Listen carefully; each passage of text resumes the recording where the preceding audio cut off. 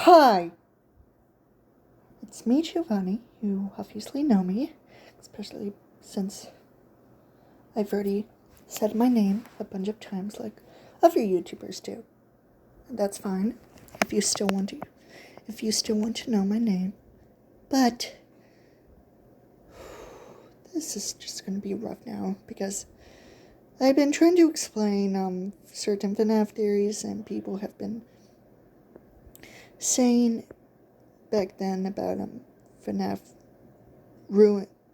security breach ruined, and the whole ruin theories or suggestions or story was pretty much a mess, especially since now I can personally agree that the ruin story wise was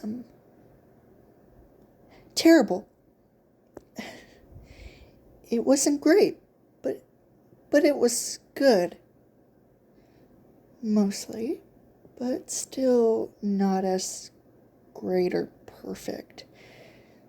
Security breach still suffered, so, but Security breach, the original game, was good. I don't know why people hated it. Oh, maybe it's because of the bugs and glitches, and people thought it wasn't scary enough. Can you hear yourself talk? But, okay. So, the last video I made, now that I'm, talking about it, I thought it was absolute trash. Like, I don't know what was going on with my tablet, but for some reason, like, YouTube just straight up switched the, like, the screen, like, changed to the, portrait, style. Yeah, the portrait, angle, not the usual landscape angle that I use on my tablet. So I thought it was weird, and I had to change one of the settings, turn one of the settings off. So yeah, but I tried to explain the whole Fnaf 4 thing was solved, including Midnight Motorist. So basically, there was a recent book, but it's not officially out yet. It was more like a leak. So it explains the story of a kid named Roy.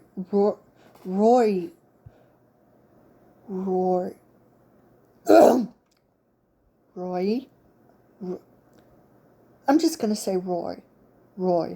So Roy, basically, he's like in this room, in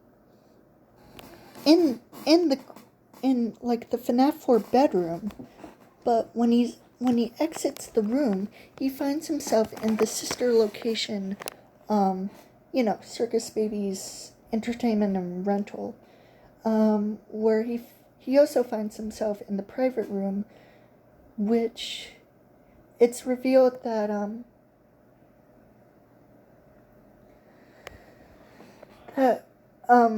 William had experimented on children by making them basically, the nightmare animatronics are revealed to not be real. Finally, an actual explanation. The FNAF 4 nightmare animatronics are not actually real. No. They're actually just mannequins, and they come to life from this gas that's being put into the room, or certain sections of the room, including the other room involving the plus trap animatronic, and one of the mini games in FNAF 4. However, it's sort of unexplained why the FNAF 4 room is used for the experiments used on those children, even if that might have been the Crown Child's actual room. But my guess is, considering that in the minigames, it's similar to the Crown Child's actual room, except more spacious. It has 2 doors and a closet. Meanwhile, the Crown Child's actual room has 1 door, like any other house, for a bedroom, and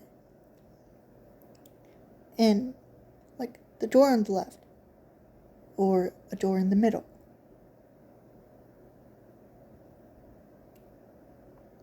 It's also seen in an animatronic world, so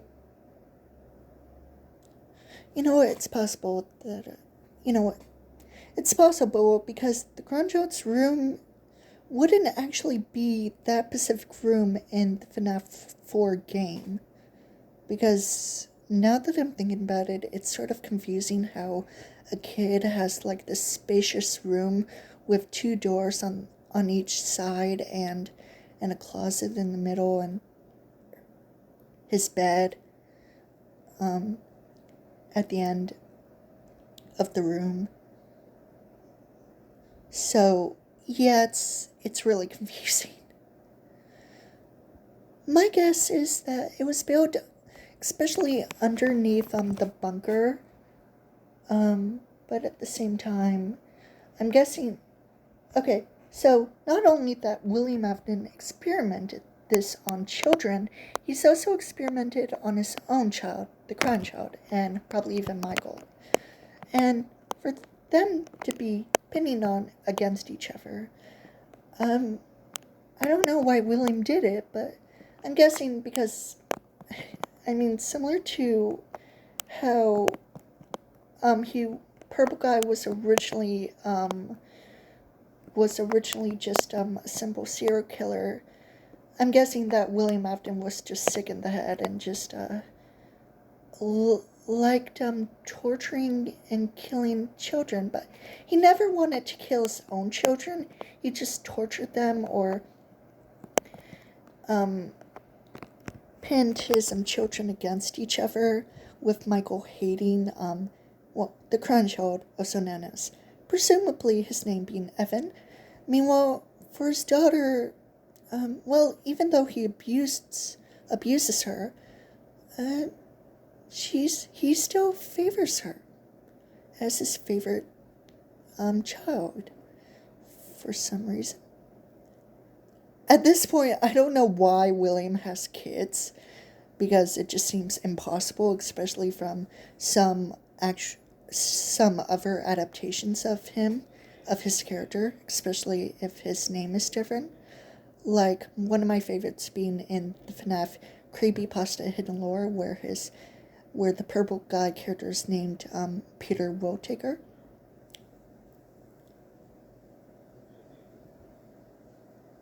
You know what? This is just getting ridiculous. So, shut up, Guillermo! Now, anyways, so Midnight Motorist confirms that Roy,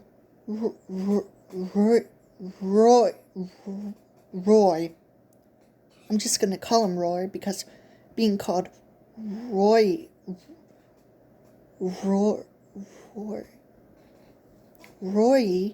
is basically impossible for me to pronounce, so mine probably just a simple short name, Roy, okay?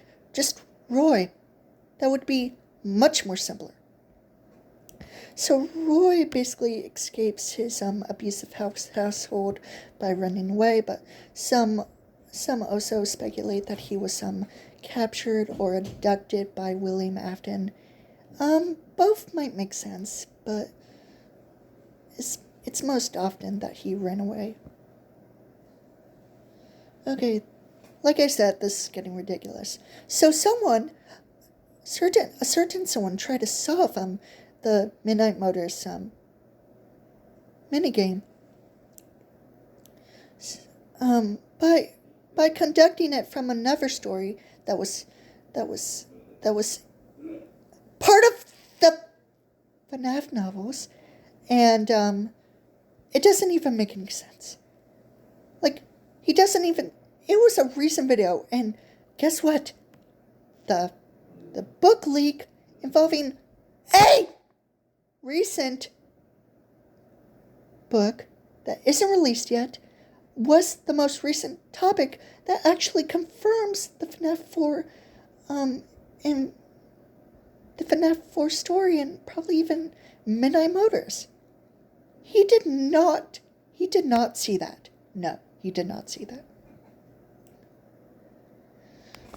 So, why am I even trying to explain it today?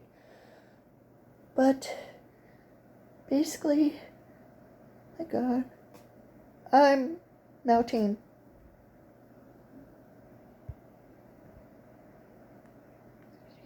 On Twitter, they posted basically the leaks of the new story. I'm just gonna listen to the TikToks that you can hear right now. It's crazy.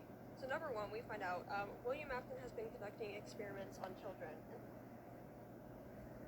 Not just random children that he kidnapped. No, his own children too. Because he would give them a little walkie-talkie and feed them This did confirm that the Fredbear using the walkie-talkie was in fact William Afton, especially since he pinned his own children against each other, and basically was abusing them,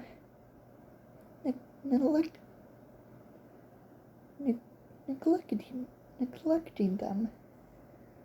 Sad. And what to do, which is the Fredbear plush. And we even see that in his little bunker office, which, yeah, this and sister location, this was him watching his experiments going on. He was pumping hallucinogenic gas in each of these rooms with children in it to see how they would react to fear. Which also explains this map and all of these locations here. These were all experiments going on, probably including Michael and Crying Child, along with other children that he kidnapped. And what's crazy about the story is that Rory, the main character, basically escapes from the nightmares, but he hears a cassette player go off. That's William, but William's dead at this point, but the cassette player has his voice saying, "You need to come back, this is your home." And so Rory ends up coming back and turning back on the hallucinated gas, which sends him another 10 years. He goes on with this for 10 years, seeing the nightmares every single night. This is literally what William did to Michael and Crying Child, except Michael was the one to actually escape. And this is why, when in the logbook it asks, "Do you have dreams?" Michael draws Fredbear. And we always thought this is why he was the main character in FNAF 4, which we do play as him, but he's not the Crying Child. He's also having these nightmares after he killed the Crying Child. And it also freaking explains the Midnight Motorist game with the kid escaping. Either this is Michael or another kid who was experimented on. It was another kid, and probably even Roy for that matter. Mostly that I can say. Because I mostly think it's Roy, because how can...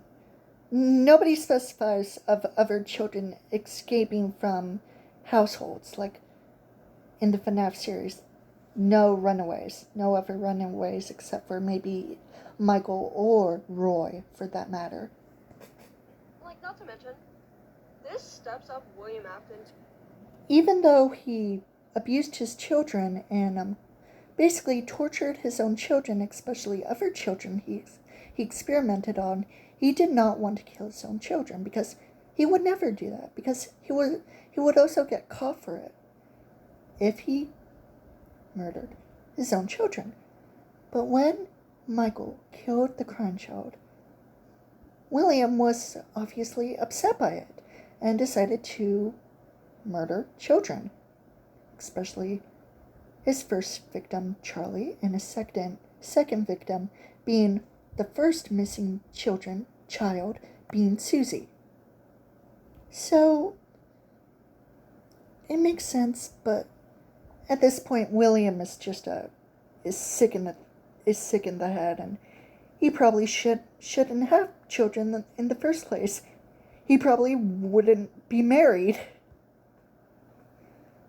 Yeah, I'm sorry. maybe I'll explain it next time.